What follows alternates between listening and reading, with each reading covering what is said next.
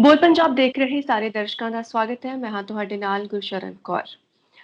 ਅੱਜ ਜਿਸ ਸ਼ਖਸੀਅਤ ਦੇ ਨਾਲ ਅਸੀਂ ਤੁਹਾਡੀ ਮੁਲਾਕਾਤ ਕਰਵਾਉਣ ਜਾ ਰਹੇ ਹਾਂ ਉਹ ਕਿਸੇ ਪਰਿਚੈ ਦੇ ਮੁਹਤਾਜ ਤਾਂ ਨਹੀਂ, ਪਰ ਫਿਰ ਵੀ ਉਹਨਾਂ ਦੇ ਲਈ ਸਾਫ਼ ਸ਼ਬਦਾਂ ਦੇ ਵਿੱਚ, ਥੋੜੇ ਸ਼ਬਦਾਂ ਦੇ ਵਿੱਚ ਇਹੀ ਕਿਹਾ ਜਾ ਸਕਦਾ ਹੈ ਕਿ ਉਹ ਇੱਕ ਇਮਾਨਦਾਰ ਇਨਸਾਨ ਨੇ ਅਤੇ 40 ਤੋਂ 45 ਸਾਲ ਉਹਨਾਂ ਨੂੰ ਹੋ ਚੁੱਕੇ ਨੇ ਕਿ ਉਹ ਲੋਕਾਂ ਦੀ ਸੇਵਾ ਕਰ ਰਹੇ ਨੇ।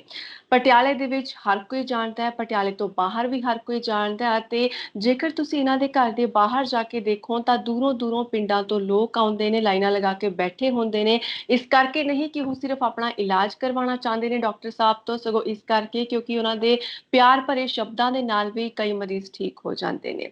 ਐਮਪੀ ਵੀ ਰਹਿ ਚੁੱਕੇ ਨੇ। 2014 ਦੇ ਵਿੱਚ ਮਹਾਰਾਣੀ ਪ੍ਰਨੀਤ ਕੌਰ ਨੂੰ ਹਰਾਇਆ ਸੀ ਇਹਨਾਂ ਨੇ ਭਾਰੀ ਵੋਟਾਂ ਦੇ ਨਾਲ। ਤੁਸੀਂ ਸਮਝ ਚੁੱਕੇ ਹੋਵੋਗੇ। ਅਸੀਂ ਤੁਹਾਡੀ ਮੁਲਾਕਾਤ ਕਰਵਾਉਣ ਜਾ ਰਹੇ ਹਾਂ ਡਾਕਟਰ ਧਰਮਵੀਰ ਗਾਂਧੀ ਦੇ ਨਾਲ। ਸਭ ਤੋਂ ਪਹਿਲਾਂ ਉਹਨਾਂ ਦਾ ਸਵਾਗਤ ਕਰਦੇ ਹਾਂ। ਸਤਿ ਸ਼੍ਰੀ ਅਕਾਲ ਸਰ। ਧੰਨਵਾਦ ਗੁਰਸ਼ਰਨ ਕੌਰ ਜੀ, ਬਹੁਤ ਧੰਨਵਾਦ ਤੁਹਾਡਾ ਜੀ ਬੋਲ ਪੰਜਾਬ ਦਾ।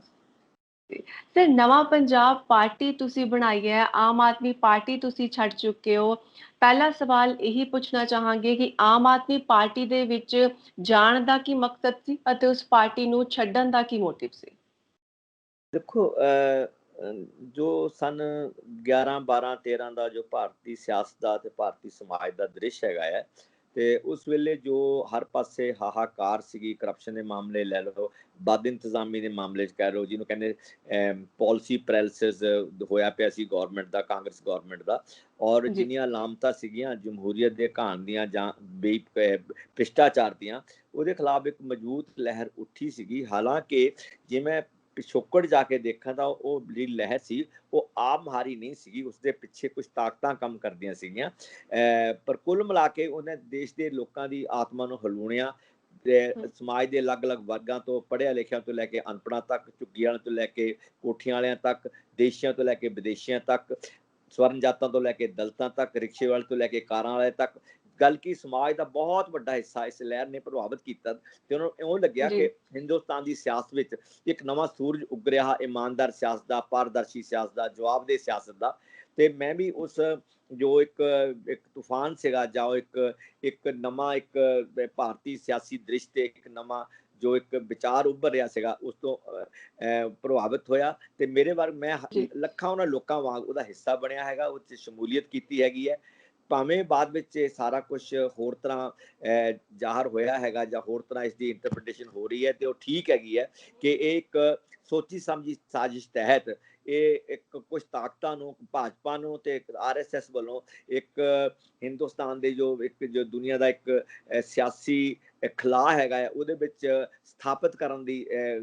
ਇੱਕ ਭਾਜਪਾ ਰੂਪੀ ਗ੍ਰਹਿ ਨੂੰ ਸਥਾਪਿਤ ਕਰਨ ਦੀ ਇੱਕ ਉਦਮ ਸੀਗਾ, ਜਿਹਦੇ 'ਚ ਸਾਰੇ ਹਿੰਦੁਸਤਾਨ ਦੇ ਮਤਲਬ ਜੋ ਹਲਚਲ ਸੀ ਉਹਦਾ ਫਾਇਦਾ ਉਠਾਇਆ ਗਿਆ। ਤੇ ਜਿਸ ਦਾ ਨਤੀਜਾ ਹੈ ਕਿ ਅੱਜ ਆਪਾਂ 7 ਸਾਲਾਂ ਤੋਂ ਇੱਕ ਅਜਿਹੀ ਹਕੂਮਤ ਦੇਖ ਰਹੀ ਹੈ ਜਿਹੜੀ ਇੱਕ ਖਾਸ ਧਰਮ ਦਾ ਜਾਂ ਬਹੁਤ ਸੰਖਿਅਕਵਾਦ ਦਾ ਝੰਡਾ ਬੁਲੰਦ ਕਰ ਰਹੀ ਹੈ, ਜਿਹੜੀ ਮਤਲਬ ਹਰ ਤਰ੍ਹਾਂ ਨਾਲ ਮਤਲਬ ਜੋ ਧਾਰਮਿਕ ਘੱਟ ਗਿਣਤੀਆਂ ਹੈਗੀਆਂ, ਅਲੱਗ-ਅਲੱਗ ਜੋ ਵਿਭਿੰਨਤਾਵਾਂ ਹੈਗੀਆਂ, ਜੋ ਅਲੱਗ-ਅਲੱਗ ਡਾਇਵਰਸਿਟੀਜ਼ ਹੈਗੀਆਂ, ਉਹਨਾਂ ਦਾ ਗਲਾ ਘੁੱਟ ਕੇ ਇੱਕ ਹਿੰਦੂ ਰਾਸ਼ਟਰ ਬਣਾਉਣ ਤੇ ਤੁਲੀ ਹੋਈ ਹੈ। ਤੇ ਆਰਥਿਕ ਫਰੰਟ ਤੇ ਉਹ ਸਾਰੇ ਮੁਲਕ ਦੀ ਜੋ ਆਰਥਿਕਤਾ ਹੈਗੀ ਹੈ, ਜੋ ਪਬਲਿਕ ਸੈਕਟਰ ਹੈ ਜਾਂ ਜੋ ਸਰਕਾਰੀ ਅਦਾਰੇ ਹੈ, ਉਹਨਾਂ ਨੂੰ ਵੱਡੇ ਵੱਡੇ ਸਨਅਤਕਾਰਾਂ, ਵੱਡੇ ਵੱਡੇ ਪੂੰਜੀਪਤੀਆਂ ਦੀ ਝੋਲੀ ਵਿੱਚ ਪਾਉਣ ਲਈ ਉਤਾਵਲੀ ਹੈ। ਤੇ 3 ਕਿਸਾਨ ਖੇਤੀ ਬਿੱਲ ਜੋ ਹੈਗੇ ਆ ਇਸ ਦੀ ਤਾਜ਼ਾ ਉਦਾਹਰਨ ਨੇ ਕਿਵੇਂ ਖੇਤੀ ਸੈਕਟਰ ਨੂੰ ਵੀ ਇਹਨਾਂ ਕਾਰਪੋਰੇਟ ਘਰਾਣਿਆਂ ਦੀ ਮਤਲਬ ਇਹਨਾਂ ਦਾ ਖਾਜਾ ਬਣਾਇਆ ਜਾ ਰਿਹਾ ਹੈਗਾ ਹੈ। ਤੇ ਉਹ ਇੱਕ ਅਲੱਗ ਗੱਲ ਹੈਗੀ ਹੈ। ਪਰ ਫਿਰ ਵੀ 11, 12, 13 ਦੇ ਜੰਤਰ ਮੰਤਰ ਦੀ ਤੇ ਭਾਰਤ ਦੀ ਜੋ ਕਰਪਸ਼ਨ ਵਿਰੋਧੀ ਲਹਿਰ ਸੀ ਉਹਦੀ ਇੱਕ ਆਪਣੀ ਮਹੱਤਤਾ ਹੈਗੀ ਹੈ। ਉਸਨੇ ਸਮਾਜ ਦੇ ਅਲੱਗ-ਅਲੱਗ ਵਰਗਾਂ ਨੂੰ ਹਲੂਣਿਆ ਤੇ ਮੈਂ ਵੀ ਉਹਨਾਂ ਲੋਕਾਂ ਸ਼ਾਮਲ ਸੀਗਾ ਜਿਨ੍ਹਾਂ ਨੇ ਉਸ ਵੇਲੇ ਇਸ ਲਹਿਰ ਵਿੱਚ ਹਿੱਸਾ ਲਿਆ ਹੈਗਾ। ਤੇ ਉਦੋਂ ਜਦੋਂ ਲਹਿਰ 'ਚ ਅਸੀਂ ਗਏ ਹੈਗੇ ਉਦੋਂ ਕਿਸੇ ਨੂੰ ਨਹੀਂ ਸੀ ਪਤਾ ਕਿ ਲਹਿਰ ਦਾ ਕੋਈ ਸਿਆਸੀ ਪਾਰਟੀ ਬਣੂਗੀ, ਸਿਆਸੀ ਪਾਰਟੀ ਨਿਕਲੂਗੀ। ਉਹ ਬਾਅਦ ਦੀਆਂ ਗੱਲਾਂ ਹੈਗੀਆਂ ਕਿ ਉਹਦੇ 'ਚ ਮੈਨੂੰ MP ਬਣਨ ਦਾ ਮੌਕਾ ਵੀ ਮਿਲਿਆ। ਪਰ ਇਹ ਦਿਸ ਇਜ਼ ਨਾਟ ਆਲ, ਇਹ ਸਾਰਾ ਕੁਛ ਨਹੀਂ ਹੈਗਾ। ਜਦੋਂ ਮੈਨੂੰ ਲੱਗਿਆ ਕਿ ਬਹੁਤ ਜਲਦੀ ਮੈਨੂੰ ਸੰਨ 15 ਦੇ ਸ਼ੁਰੂ 'ਚ ਪਤਾ ਲੱਗ ਗਿਆ ਸੀਗਾ, 14 'ਚ ਮੈਂ MP ਬਣਿਆ ਸੀਗਾ, ਕਿ ਇਹ ਪਾਰਟੀ ਆਪਣੇ ਸਾਰੇ ਅਸੂਲਾਂ ਨੂੰ, ਜਿਨ੍ਹਾਂ 'ਚ ਪਾਰਦਰਸ਼ਤਾ ਦਾ ਅਸੂਲ ਹੈਗਾ, ਸਿਆਸੀ ਤੇ ਆਰਥਿਕ ਪਾਰਦਰਸ਼ਤਾ ਹੈਗੀ ਹੈ, ਸਵਰਾਜ ਹੈਗਾ, ਹਾਈ ਕਮਾਂਡ ਕਲਚਰ ਦਾ ਨਾ ਹੋਣਾ ਹੈਗਾ, ਧਰਮ ਆਧਾਰਿਤ ਰਾਜਨੀਤੀ ਦਾ ਨਾ ਕਰਨਾ ਹੈਗਾ ਹੈ, ਤੇ ਇੱਕ ਨਵਾਂ ਮਤਲਬ ਜਿਹੜਾ ਵਿਕੇਂਦਰੀਕਰਨ ਦੀ ਰਾਜਨੀਤੀ ਹੈ, ਜਿਹੜੀ ਡੀਸੈਂਟਰਲਾਈਜ਼ੇਸ਼ਨ ਦੀ ਰਾਜਨੀਤੀ ਹੈ, ਜੋ ਆਦਰਸ਼ ਲੈ ਕੇ ਆਈ ਸੀਗੀ ਕਿ ਕੇਂਦਰੀਵਾਦੀ ਸਿਆਸਤ ਦੇ ਖਿਲਾਫ, ਇਹ ਹੌਲੀ ਹੌਲੀ ਇਹ ਪਾਰਟੀ ਉਹਨਾਂ ਸਾਰੇ ਆਦਰਸ਼ਾਂ ਨੂੰ ਭੁੱਲ ਕੇ ਮੁੜ ਕੇ ਉਸ ਕੇਂਦਰੀਵਾਦੀ ਸਿਆਸਤ ਦਾ ਹਿੱਸਾ ਬਣ ਗਈ, ਮੁੜ ਕੇ ਉਸੇ ਹਿੰਦੂਤਵਾਦੀ ਸੌਫਟ ਹਿੰਦੂਤਵਾਦੀ ਸਿਆਸਤ ਦਾ ਹਿੱਸਾ ਬਣ ਗਈ, ਜਿਹੜੀ ਬਾਅਦ ਚ 2000 ਜੋ 21 ਦੇ ਇਲੈਕਸ਼ਨ ਹੋਏ ਹੈਗੇ ਹੈ, ਜੋ 20 ਦੇ ਇਲੈਕਸ਼ਨ ਹੋਏ ਆ, ਉਹਦੇ ਵਿੱਚ ਸਾਫ਼ ਜ਼ਾਹਰ ਹੋਇਆ ਹੈਗਾ। ਤੇ ਉਸ ਕੇ ਕਿਵੇਂ ਮਤਲਬ ਸ਼ਹੀਨ ਬਾਗ ਹੋਵੇ, ਜਾਮੀਆ ਹੋਵੇ ਜਾਂ JNU ਹੋਵੇ, ਚਾਹੇ ਉਹ ਦਿੱਲੀ ਦੰਗੇ ਹੋਣ, ਕਿਵੇਂ ਇਸ ਪਾਰਟੀ ਨੇ ਮੁਸਲਮਾਨ ਭਾਈਚਾਰੇ ਪ੍ਰਤੀ ਬੇਰੁਖੀ ਦਾ ਜੋ ਨਜ਼ਰੀਆ ਸੀਗਾ ਉਹ ਅਪਣਾਈ ਰੱਖਿਆ ਤੇ ਆਪਣੇ ਸਾਰੇ ਕਾਡਰ ਨੂੰ ਮੁਸਲਮਾਨ ਭਰਾਵਾਂ ਦੀ ਉਹਨਾਂ ਦੇ CAA ਹੋਵੇ, NRC ਹੋਵੇ, NPR ਹੋਵੇ, ਉਹਦੇ ਖਿਲਾਫ ਜੋ ਜੱਦੋ ਜਹਿਦ ਸੀਗੀ ਉਹ ਤੋਂ ਦੂਰ ਰੱਖਿਆ ਤੇ ਇੱਕ ਤਰ੍ਹਾਂ ਜਿਹੜਾ ਸੌਫਟ ਹਿੰਦੂ ਤੋਂ ਵੀ ਏਜੰਡਾ ਹੈਗਾ ਉਹਦੇ ਤਹਿਤ ਚੋਣਾਂ ਲੜੀਆਂ ਹੈਗੀਆਂ ਤੇ BJP ਦੀ ਇੱਕ B ਟੀਮ ਦੇ ਤੌਰ ਤੇ ਆਪਣੇ ਨੂੰ ਸਥਾਪਿਤ ਕੀਤਾ ਹੈਗਾ। ਉਹ ਇੰਨਾ ਫਰਕ ਸੀਗਾ ਕਿ ਉਹ ਰਾਮ ਮੰਦਿਰ ਸੀਗੇ ਤੇ ਹਨੂਮਾਨ ਮੰਦਿਰ ਸੀਗੇ, ਔਰ ਪਰ ਇਹਨਾਂ ਨੇ ਜੋ ਰੋਲ ਨਿਭਾਇਆ ਹੈਗਾ, ਜਿਸ ਤਰ੍ਹਾਂ ਕਸ਼ਮੀਰ ਦਾ ਜੋ ਆਪਣੇ ਵਾਸਤੇ ਤਾਂ ਇਹ ਦਿੱਲੀ ਨੂੰ ਪੂਰਨ ਦਰਜੇ ਦੀ ਮੰਗ ਕਰਦੇ ਆ, ਦਿੱਲੀ ਕੋਲੋਂ ਜਦੋਂ ਤਾਕਤਾਂ ਖੋਈਆਂ ਨੇ ਤਾਂ ਬੜਾ ਉਹਦਾ ਵਿਰੋਧ ਕਰਦੇ ਹੈਗੇ, ਪਰ ਜਦੋਂ ਲੋਕ ਸਭਾ ਤੇ ਰਾਜ ਸਭਾ 'ਚ ਜਦੋਂ ਕਸ਼ਮੀਰ ਨੂੰ ਉਹਨਾਂ ਦੀ ਜਿਹੜੀ ਕਸ਼ਮੀਰੀ ਕੌਮ ਹੈਗੀ ਹੈ ਉਹਨਾਂ ਦੇ ਮਤਲਬ ਆਜ਼ਾਦਾਨਾ ਜੋ ਇੱਕ ਰਾਜ ਦਾ ਹੱਕ ਸੀਗਾ ਖੋ ਕੇ 2 ਟੋਟੇ ਕੀਤੇ ਗਏ, ਯੂਨਿਟ ਟੈਰੀਟਰੀ ਬਣਾਇਆ ਗਿਆ, ਉਦੋਂ ਇਹਨਾਂ ਦੇ ਜੋ MP ਸੀਗੇ, ਚਾਹੇ ਭਗਵੰਤ ਮਾਨ ਹੋਣ, ਚਾਹੇ ਉਹ ਸੰਜੇ ਸਿੰਘ ਹੋਣ, ਉਹਨਾਂ ਨੇ ਰਾਜ ਸਭਾ ਜਾਂ ਲੋਕ ਸਭਾ ਜਾਂ ਦੂਜੀ 2 MP ਹੋਣ, ਇਹਨਾਂ ਨੇ ਕਸ਼ਮੀਰ ਦੇ ਮਾਮਲੇ ਵਿੱਚ ਮੋਦੀ ਸਰਕਾਰ ਦੇ ਹੱਕ ਵਿੱਚ, ਕਸ਼ਮੀਰ ਨੂੰ ਟੋਟੇ ਕਰਨ ਦੇ ਹੱਕ ਵਿੱਚ, ਉਹਨੇ ਕਸ਼ਮੀਰ ਕੌਮ ਦਾ ਜੋ ਹੱਕ ਸੀਗਾ ਬਤੌਰ ਇੱਕ ਅਲੱਗ ਆਜ਼ਾਦ ਰਾਜ ਦਾ, ਉਹ ਵੀ ਕਿਤੇ ਖੁਦਮੁਖਤਿਆਰੀ ਦੀ ਗੱਲ ਹੋਣੀ ਸੀਗੀ, ਕਿੱਥੇ ਆਜ਼ਾਦ ਰਾਜ ਵਾਸਤੇ ਵੀ ਉਹਨਾਂ ਕੋਲ ਖੋਹ ਲਿਆ ਗਿਆ ਤੇ ਉਹਦੇ ਹੱਕ 'ਚ ਇਹਨਾਂ ਨੇ ਵੋਟਾਂ ਪਾਈਆਂ। ਸੋ ਸਾਰਾ ਜਿਹੜੀ ਕਾਰਕਰਦਗੀ ਹੈ ਜਿਹੜੀ ਲੋਕਾਂ ਨੂੰ ਹੁਣ ਜ਼ਾਹਰ ਹੋ ਰਹੀ ਹੈ, ਮੈਨੂੰ ਮਤਲਬ 15 ਚ ਲੱਗ ਗਿਆ ਸੀਗਾ ਕਿ ਇਹ ਪਾਰਟੀ ਮੇਰੇ ਸੁਪਨਿਆਂ ਦੀ ਪਾਰਟੀ ਨਹੀਂ ਹੈ, ਇਹ ਪਾਰਟੀ ਭਾਰਤ ਦੇ ਲੋਕਾਂ ਦੇ ਸੁਪਨਿਆਂ ਦੀ ਪਾਰਟੀ ਨਹੀਂ ਹੈਗੀ, ਇਹ ਪਾਰਟੀ ਉਹੀ ਕੁਝ ਬਣ ਗਈ ਹੈਗੀ ਹੈ ਜਾਂ ਬਣਦੇ ਕੰਢੇ ਤੇ ਬਣਨ ਵੱਲ ਤੇਜ਼ੀ ਵੱਲ ਜਾ ਰਹੀ ਹੈ ਜੋ ਬਾਕੀ ਪਾਰਟੀਆਂ ਦਾ ਹਾਲ ਹੈ, ਚਾਹੇ ਹਾਈ ਕਮਾਂਡ ਕਲਚਰ ਹੋਵੇ, ਚਾਹੇ ਧਰਮ ਦੇ ਆਧਾਰ ਤੇ ਰਾਜਨੀਤੀ ਕਰਨੀ ਹੋਵੇ, ਚਾਹੇ ਡੇਰਾ ਬੱਲਾ ਆਉਣਾ ਹੋਵੇ, ਚਾਹੇ ਡੇਰਾ ਬਿਆਸ ਜਾਣਾ ਹੋਵੇ, ਚਾਹੇ ਡੇਰਾ ਢੱਡੀਆਂ ਵਾਲਾ ਜਾਣਾ ਹੋਵੇ, ਉਹ ਪੰਜਾਬ 'ਚ ਵੀ ਆਪਾਂ ਦੇਖਿਆ ਹੈਗਾ। ਤੇ ਉਸ ਤੋਂ ਇਲਾਵਾ ਵੀ ਹੋਰ ਸਾਰੇ ਮੁੱਦਿਆਂ ਤੇ ਇਸ ਪਾਰਟੀ ਨੇ ਉਹ ਸਾਰਾ ਕੁਝ ਕੀਤਾ ਜਾਂ ਸਾਰਾ ਕੁਝ ਕਰ ਰਹੀ ਹੈ ਜੋ ਬਾਕੀ ਸਿਆਸੀ ਪਾਰਟੀਆਂ ਕਰ ਰਹੀਆਂ ਜੀ। ਆਮ ਆਦਮੀ ਪਾਰਟੀ ਯਾਨੀ ਕਿ ਤੁਸੀਂ ਕਹਿ ਰਹੇ ਹੋ ਓਨੀ ਹੀ ਕਰਪਟ ਹੈ ਜਿੰਨੀ ਕਿ ਕਾਂਗਰਸ ਅਤੇ ਅਕਾਲੀ ਹੈ, BJP ਹੈ ਜਾਂ ਫਿਰ ਹੋਰ ਪਾਰਟੀਆਂ ਨੇ। देखो करप्ट ਦੇ ਮਾਮਲੇ ਚਾਹੇ ਤੁਸੀਂ ਉਸ ਤਰ੍ਹਾਂ ਪੈਮਾਨੇ ਤੇ ਇਹਨੂੰ ਉਸ ਪੈਮਾਨੇ ਤੇ ਨਹੀਂ ਰੱਖ ਸਕਦੇ ਹੈਗੇ, ਉਸ ਮਾਪਦੰਡ ਤੇ ਨਹੀਂ ਉਸ ਤਰ੍ਹਾਂ ਮਤਲਬ ਉਹ ਬਰਾਬਰੀ ਰੱਖ ਸਕਦੇ, ਪਰ ਘੱਟੋ ਘੱਟ ਆਈਡੀਓਲੋਜੀਕਲੀ ਵਿਚਾਰਧਾਰਾ ਦੇ ਤੌਰ ਤੇ ਇੱਕ ਜਮਹੂਰੀਅਤ ਪਸੰਦ, ਇੱਕ ਲੋਕ ਪੱਖੀ, ਇੱਕ ਪਾਰਦਰਸ਼ੀ ਤੇ ਇੱਕ ਮਤਲਬ ਧਰਮ ਨਿਰਪੱਖ ਪਾਰਟੀ ਦੇ ਤੌਰ ਤੇ ਇਹ ਉਹਨਾਂ ਮਾਪਦੰਡਾਂ ਦੇ ਬਿਲਕੁਲ ਖਰੀ ਨਹੀਂ ਉਤਰਦੀ। ਠੀਕ ਹੈ ਜੀ। ਤੁਸੀਂ ਅੰਨਾ ਹਜ਼ਾਰੇ ਦੇ ਅੰਦੋਲਨ ਦੀ ਗੱਲ ਕੀਤੀ ਹੈ, ਕੀ ਤੁਹਾਨੂੰ ਇਸ ਅੰਦੋਲਨ ਦੇ ਵਿੱਚ ਤੁਹਾਡੇ ਵਰਗੇ ਹੋਰ ਇਮਾਨਦਾਰ ਲੋਕਾਂ ਨੂੰ, ਦੇਸ਼ ਨੂੰ ਪਿਆਰ ਕਰਨ ਵਾਲੇ ਲੋਕਾਂ ਨੂੰ ਵਰਤਿਆ ਗਿਆ? ਬਿਲਕੁਲ ਜੀ ਬਿਲकुल, ਮੈਂ ਤਾਂ ਆਪਣੀ ਫੇਸਬੁੱਕ ਪੋਸਟ ਤੇ 6 ਮਹੀਨੇ ਪਹਿਲਾਂ ਇਸ ਗੱਲ ਦੀ ਮਾਫੀ ਮੰਗੀ ਸੀ ਕਿ ਮੈਂ ਮੋਦੀ ਨੂੰ ਤੇ ਭਾਜਪਾ ਨੂੰ ਸਿਆਸੀ ਕਕਸ਼ ਵਿੱਚ ਸਥਾਪਿਤ ਕਰਨ ਵਾਸਤੇ ਮਦਦਗਾਰ ਸਾਬਤ ਹੋਇਆ, ਉਸ ਵਾਸਤੇ ਮੈਂ ਹਿੰਦੁਸਤਾਨ ਦੇ ਲੋਕਾਂ ਕੋਲੋਂ ਮਾਫੀ ਮੰਗਦਾ ਹੈਗਾ, ਕਿਉਂਕਿ ਅਸੀਂ ਜਾਣੇ ਅਣਜਾਣੇ ਇੱਕ ਇਸ ਸਿਸਟਮ ਦੇ ਗੰਦੇ ਸਿਸਟਮ ਦੇ ਖਿਲਾਫ ਜੋ ਇੱਕ ਲੰਬੀ ਜੱਦੋਜਹਿਦ ਲੜਦੇ ਆ ਰਹੇ ਸੀਗੇ ਤੇ ਉਹ ਲੱਗਦਾ ਸੀ ਕਿ ਚੱਲ ਜੇ ਸਿਸਟਮ ਨੇ ਥੋੜੀ ਸੱਟ ਵੀ ਵੱਜਦੀ ਹੈਗੀ ਹੈ ਤਾਂ ਵੀ ਭਾਰਤੀ ਲੋਕਾਂ ਵਾਸਤੇ ਇਹ ਸ਼ੁਭ ਗੱਲ ਹੈਗੀ ਹੈ, ਭਾਰਤੀ ਜਮਹੂਰੀਅਤ ਵਾਸਤੇ ਸ਼ੁਭ ਗੱਲ ਹੈਗੀ ਹੈ। ਉਸ ਜਜ਼ਬੇ ਤਹਿਤ ਇਹਦੇ ਸ਼ਾਮਲ ਹੋਏ ਸੀਗੇ, ਪਰ ਬਾਅਦ ਜੋ ਘਟਨਾ ਚੱਕਰ ਚੱਲਿਆ, ਕਿਵੇਂ ਮੋਦੀ ਨੂੰ ਸਿਆਸੀ ਕਕਸ਼ ਵਿੱਚ ਅਸਮਾਨ ਵਿੱਚ ਸਥਾਪਿਤ ਕੀਤਾ ਗਿਆ ਔਰ ਭਾਜਪਾ ਦਾ ਜਿਹੜਾ ਮਤਲਬ ਜਿੱਤ ਹੋਈ ਹੈਗੀ ਹੈ, ਉਸ ਤੋਂ ਬਾਅਦ ਜੋ ਭਾਜਪਾ ਨੇ 7 ਸਾਲ ਕੀਤਾ, ਮੈਂ ਵੀ ਆਪਣੇ ਆਪ ਨੂੰ ਉਹਨਾਂ ਗੁਨਾਹਗਾਰਾਂ ਤੋਂ ਸਮਝਦਾ ਹੈਗਾ ਜਿਨ੍ਹਾਂ ਨੇ ਉਸ ਮੌਕੇ ਜਜ਼ਬਾਤਾਂ ਵਿੱਚ ਆ ਕੇ ਥੋੜੀ ਡੂੰਗੀ ਛਾਣਬੀਨ ਨਾ ਕਰਕੇ ਇਸ ਲਹਿਰ ਦਾ ਹਿੱਸਾ ਬਣਿਆ ਤੇ ਬਾਅਦ MP ਬਣਨਾ ਨਾ ਬਣਨਾ ਬਹੁਤ ਛੋਟਾ ਹਿੱਸਾ ਹੈਗਾ ਕੁੱਲ ਸਿਆਸਤ ਦਾ, ਜੋ ਹਿੰਦੁਸਤਾਨ 'ਚ ਅੱਜ ਨਜ਼ਰ ਆ ਰਹੀ ਹੈਗੀ ਹੈ ਜੀ। ਕੀ ਫਿਰ ਜੀਓਪੋਲਿਟਿਕਸ ਜਿਸ ਤਰ੍ਹਾਂ ਦੇ ਨਾਲ ਕਹਿੰਦਾ ਹੈ ਕਿ PM ਮੋਦੀ ਦਾ ਚਿਹਰਾ ਪਹਿਲਾਂ ਲਿਆਂਦਾ ਗਿਆ, ਗੁਜਰਾਤ ਦੇ ਵਿੱਚ CM ਦੇ ਤੌਰ ਤੇ ਬਣਾਇਆ ਗਿਆ, ਬਾਹਰੋਂ ਫੰਡ ਆਂਦਾ ਰਿਹਾ ਤੇ ਇੱਧਰ ਦੇਸ਼ ਦੇ ਵਿੱਚ ਵੀ ਕਾਫੀ ਕੁਝ ਹੋਇਆ ਕਿ ਉਹਨਾਂ ਦੀ ਛਵੀ ਨੂੰ ਇੱਕ ਬਣਾਇਆ ਜਾਵੇ ਤੇ ਉਸ ਤੋਂ ਬਾਅਦ ਉਹਨਾਂ ਨੂੰ PM ਦੇ ਚਿਹਰੇ ਦੇ ਤੌਰ ਤੇ ਸਾਹਮਣੇ ਲਿਆਂਦਾ ਜਾਵੇ, ਕਿ ਇਹ ਸਭ ਕੁਝ ਪਹਿਲਾਂ ਤੋਂ ਹੀ ਤੈਅ ਸੀ? ਹਾਂ, ਕਾਫੀ ਹੱਦ ਤੱਕ ਤੈਅ ਸੀ। ਜੇ ਮੈਂ ਬਹੁਤ ਅੱਜ ਮਤਲਬ ਮੈਂ ਗੱਲ ਕਰਨੀ ਹੋਵੇ ਤਾਂ ਇਹ ਜਿਹੜਾ ਜੰਤਰ ਮੰਤਰ ਦੀ ਜੋ ਆਰਗੇਨਾਈਜੇਸ਼ਨ ਸੀਗੀ ਉਹਦੇ 'ਚ ਬਹੁਤ ਵੱਡਾ ਹਿੱਸਾ ਜਿਹੜਾ ਸੀਗਾ ਉਹ RSS ਦਾ ਸੀਗਾ ਹੈਗਾ, ਚਾਹੇ ਹਿੰਦੂ ਤੋਂ ਵੀ ਸੰਗਠਨ ਹੈ, ਚਾਹੇ ਵਿਸ਼ਵ ਹਿੰਦੂ ਪਰਿਸ਼ਦ ਹੈ, ਚਾਹੇ ਬਜਰੰਗ ਦਲ ਹੈਗਾ, ਇਹਨਾਂ ਦਾ ਹਿੱਸਾ ਸੀਗਾ। ਇਹ ਗੱਲ ਲੱਗ ਹੈਗੀ ਕਿ ਮੱਧ ਵਰਗ ਦਾ ਬਹੁਤ ਵੱਡਾ ਹਿੱਸਾ ਜਿਹੜਾ ਸਿਸਟਮ ਨੂੰ ਸਤਾਇਆ ਹੋਇਆ ਸੀਗਾ, ਥੋੜਾ ਚੇਤਨ ਸੀਗਾ ਤੇ ਜਿਹੜਾ ਆਇਨਾਈਜ਼ ਲੈਫਟ ਸੀਗਾ, ਜਿਹੜਾ ਖੱਬੀਆਂ ਧਿਰਾਂ ਸੀਗੀਆਂ ਜਾਂ ਖੱਬੇ ਲੋਕ ਸੀਗੇ, ਖੱਬੇ ਪੱਖੀ ਲੋਕ ਸੀ ਜਿਹੜੇ ਆਇਨਾਈਜ਼ ਸੀਗੇ, ਆਲੇ ਦੁਆਲੇ ਘੁੰਮਦੇ ਸੀਗੇ, ਆਪਣੇ ਲੀਹ ਤੋਂ ਉਖੜੇ ਹੋਏ ਸੀਗੇ, ਉਹ ਵੀ ਇਸ ਸਾਜ਼ਿਸ਼ ਦਾ ਜਾਂ ਇਸ ਲੰਬੀ ਪਲਾਨਿੰਗ ਦਾ ਉਹ ਸ਼ਿਕਾਰ ਬਣੇ ਹੈਗੇ ਹੈ ਤੇ ਉਹਨਾਂ 'ਚ ਮੈਂ ਵੀ ਤੇ ਮੇਰੇ ਵਰਗੇ ਹੋਰ ਬਹੁਤ ਸਾਰੇ ਲੋਕ, ਜਮਹੂਰੀਅਤ ਪਸੰਦ ਲੋਕ, ਪ੍ਰਸ਼ਾਂਤ ਭੂਸ਼ਣ ਵਰਗੇ ਲੋਕ, ਜੋਗਿੰਦਰ ਯਾਦਵ ਵਰਗੇ ਲੋਕ, ਪ੍ਰੋਫੈਸਰ ਅਨੰਤ ਕੁਮਾਰ ਵਰਗੇ ਲੋਕ, ਤੇ ਬੰਬੇ ਤੋਂ, ਕੈਲਕਟਾ ਤੋਂ, ਬੈਂਗਲੁਰੂ ਤੋਂ, ਕੇਰਲਾ ਤੋਂ, ਐਡਮਿਰਲ ਰਾਮਦਾਸ ਵਰਗੇ ਲੋਕ ਇਸ ਵਹਿਮ ਦਾ ਜਾਂ ਇਸ ਭਰਮ ਦਾ ਸ਼ਿਕਾਰ ਹੋਏ ਹੈ ਕਿ ਇਹ ਲਹਿਰ ਹਿੰਦੁਸਤਾਨ ਦੀ ਸਿਆਸਤ ਨੂੰ, ਉਹਦੇ ਕੰਮ ਕਰਨ ਦੇ ਢੰਗਾਂ ਨੂੰ, ਉਹਦੇ ਜੋ ਬੇਈਮਾਨੀ ਹੈਗੀ ਹੈ ਜਾਂ ਸਿਆਸਤ ਵਿੱਚ ਜੋ ਲੋਕ ਵਿਰੋਧੀ ਚਿਹਰਾ ਹੈਗਾ ਉਹਨੂੰ ਬਦਲਣ ਵਾਸਤੇ ਇਹ ਲਹਿਰ ਸਹਾਈ ਹੋਊਗੀ ਜਾਂ ਉਸ ਪਾਸੇ ਕਦਮ ਇਹ ਚੁੱਕੂਗੀ। ਪਰ ਉਹ ਸਾਰੇ ਸੁਪਨੇ ਜਿਹੜੇ ਸੀਗੇ ਉਹ ਮੈਨੂੰ ਲੱਗਦਾ ਕਿ ਸਾਡੇ ਉਹ ਗਲਤ ਸਾਬਤ ਹੋਏ ਹੈ, ਸਾਡੇ ਸੁਪਨੇ ਫੇਲ ਹੋਏ ਹੈਗੇ ਹੈ। ਤੇ ਇਸੇ ਕਰਕੇ ਮੈਂ ਬਹੁਤ ਜਲਦੀ ਆਮ ਆਦਮੀ ਪਾਰਟੀ ਦੀ ਸਿਆਸਤ ਤੋਂ ਵੀ ਤੇ ਸੰਗਠਨ ਤੋਂ ਵੀ ਕਿਨਾਰਾ ਕਰ ਲਿਆ ਸੀਗਾ ਜੀ। ਅਗਲਾ ਸਵਾਲ ਸਰ ਤੁਹਾਨੂੰ ਇਹ ਪੁੱਛਣਾ ਚਾਹਾਂਗੇ ਕਿ ਤੁਸੀਂ ਯੋਗਿੰਦਰ ਯਾਦਵ ਦਾ ਨਾਮ ਲਿਆ, ਆਮ ਆਦਮੀ ਪਾਰਟੀ ਉਹਨਾਂ ਨੇ ਵੀ ਛੱਡੀ, ਸਾਫ਼ ਛਵੀ ਦੇ ਨੇ ਉਹ ਵੀ, ਤੇ ਕਿਸਾਨ ਅੰਦੋਲਨ ਚਲਾ ਰਹੇ ਨੇ ਇਸ ਸਮੇਂ, ਸਭ ਤੋਂ ਵੱਡਾ ਕਿਸਾਨ ਅੰਦੋਲਨ ਜਿੱਥੇ ਕਿ ਲੱਖਾਂ ਕਰੋੜਾਂ ਦੀ ਗਿਣਤੀ ਦੇ ਵਿੱਚ ਲੋਕ ਇਸ ਦੇ ਨਾਲ ਜੁੜੇ ਹੋਏ ਨੇ, ਭਾਵੇਂ ਉਹ ਦੇਸ਼ ਦੇ ਹੋਣ ਜਾਂ ਫਿਰ ਵਿਦੇਸ਼ ਦੇ। ਤੁਸੀਂ ਕਿਸਾਨ ਅੰਦੋਲਨ ਦੇ ਵਿੱਚ ਹੁਣ ਤੱਕ ਸ਼ਮੂਲੀਅਤ ਕਿਉਂ ਨਹੀਂ ਕੀਤੀ, ਜਾਂ ਯੋਗਿੰਦਰ ਯਾਦਵ ਦਾ ਸਾਥ ਉਸ ਤਰ੍ਹਾਂ ਕਿਉਂ ਨਹੀਂ ਦਿੱਤਾ? ਦੂਸਰਾ ਸਵਾਲ ਇਹਦੇ ਨਾਲ ਇਹ ਵੀ ਜੋੜਨਾ ਚਾਹੂੰਗੀ, ਜੇਕਰ ਤੁਸੀਂ ਇਹ ਮੰਨਦੇ ਹੋ ਕਿ ਕੋਈ ਵੀ ਅੰਦੋਲਨ ਸਹੀ ਨਹੀਂ ਹੁੰਦਾ, ਕੀ ਕਿਸਾਨੀ ਅੰਦੋਲਨ ਸਹੀ ਅਤੇ ਸਾਫ਼ ਸੁਥਰਾ ਚੱਲ ਰਿਹਾ ਹੈ? ਦੇਖੋ, ਜਿੱਥੇ ਤੱਕ ਕਿਸਾਨ ਅੰਦੋਲਨ ਦਾ ਤਲਕ ਹੈ, ਜੋਗਿੰਦਰ ਯਾਦਵ ਦੀ ਉਸ ਜਿਹੜੀ ਭਰਪੂਰ ਸ਼ਮੂਲੀਅਤ ਦਾ ਤਲਕ ਹੈਗਾ। ਜਦੋਂ ਅਸੀਂ ਆਮ ਆਦਮੀ ਪਾਰਟੀ ਤੋਂ ਵੱਖ ਹੋਏ ਹੈਗੇ ਹੈ ਤੇ ਅਲੱਗ-ਅਲੱਗ ਤਰ੍ਹਾਂ ਨਾਲ ਹਰ ਬੰਦੇ ਨੇ ਆਪਣੇ ਜਿਹੜਾ ਵਿਉਂਤਬੰਦੀ ਕੀਤੀ ਆਪਣੇ ਸਿਆਸੀ ਵਿਚਾਰਾਂ ਦੀ ਤੇ ਸਿਆਸੀ ਪ੍ਰੋਗਰਾਮ ਦੀ ਜਾਂ ਸਿਆਸੀ ਸਰਗਰਮੀ ਦੀ, ਤੇ ਉਹਦੇ 'ਚ ਜਿੱਥੇ ਜੋਗਿੰਦਰ ਯਾਦਵ ਹੋਰਾਂ ਨੇ ਕਿਸਾਨੀ ਨੂੰ ਚੁਣਿਆ ਹੈਗਾ ਤੇ ਉਹਨਾਂ ਨੇ ਹਿੰਦੁਸਤਾਨ 'ਚ ਸੋਕੇ ਨੂੰ ਲੈ ਕੇ ਜਾਂ ਹੋਰ ਕਿਸਾਨ ਕਰਜ਼ਿਆਂ ਨੂੰ ਲੈ ਕੇ 11 ਸੂਬਿਆਂ 'ਚ ਮਤਲਬ ਭ੍ਰਮਣ ਕੀਤਾ ਹੈਗਾ ਤੇ ਬਾਅਦ ਸੁਪਰੀਮ ਕੋਰਟ 'ਚ ਰਿਟ ਪਾਈ ਹੈ ਤੇ ਕੁਝ ਲੋਕਾਂ ਨੂੰ 8-9 ਹਜ਼ਾਰ ਕਰੋੜ ਦੀ ਰਾਹਤ ਦਵਾਈ ਹੈਗੀ ਹੈ ਤੇ ਉਹਨਾਂ ਨੇ ਮਤਲਬ ਕਿਸਾਨੀ ਨੂੰ ਆਪਣਾ ਜਿਹੜਾ ਕਰਮ ਭੂਮੀ ਬਣਾਇਆ ਹੈਗਾ ਹੈ। ਤੇ ਅਸੀਂ ਪੰਜਾਬ ਵਿੱਚ ਜੋ ਖੇਤਰੀਵਾਦੀ ਸਿਆਸਤ ਹੈ, ਜੋ ਇੱਕ ਭਾਰਤੀ ਸਿਆਸਤ ਦਾ ਸਭ ਤੋਂ ਕਮਜ਼ੋਰ ਨੁਕਤਾ ਅੱਜ ਵਰਕਿੰਗ ਕਲਾਸ ਮੂਵਮੈਂਟ ਨਹੀਂ ਹੈ, ਮਜ਼ਦੂਰ ਜਮਾਤ ਦੀ ਲਹਿਰ ਨਹੀਂ ਹੈ, ਸਮਾਜਵਾਦੀ ਲਹਿਰ ਨਹੀਂ ਹੈਗੀ। ਅੱਜ ਜਿਹੜਾ ਕਮਜ਼ੋਰ ਨੁਕਤਾ ਹੈਗਾ, ਜਿਹੜੀ ਕਮਜ਼ੋਰ ਕੜੀ ਹੈਗੀ ਹੈ ਭਾਰਤੀ ਸੰਘ ਦੀ ਤੇ ਭਾਰਤੀ ਸਿਆਸਤ ਦੀ, ਉਹ ਫੈਡਰਲਿਜ਼ਮ ਹੈਗਾ ਹੈ। ਉਹ ਸੰਘੀ ਢਾਂਚੇ ਦੀ ਜੋ ਭਾਵਨਾਵਾਂ ਨੂੰ ਕੁਚਲਿਆ ਜਾ ਰਿਹਾ, ਉਹਦੇ ਖਿਲਾਫ ਜੋ ਲੋਕਾਂ ਦਾ ਸੰਗਠਨਾਤਮਕ ਜੋ ਲੋਕਾਂ ਨੂੰ ਮਤਲਬ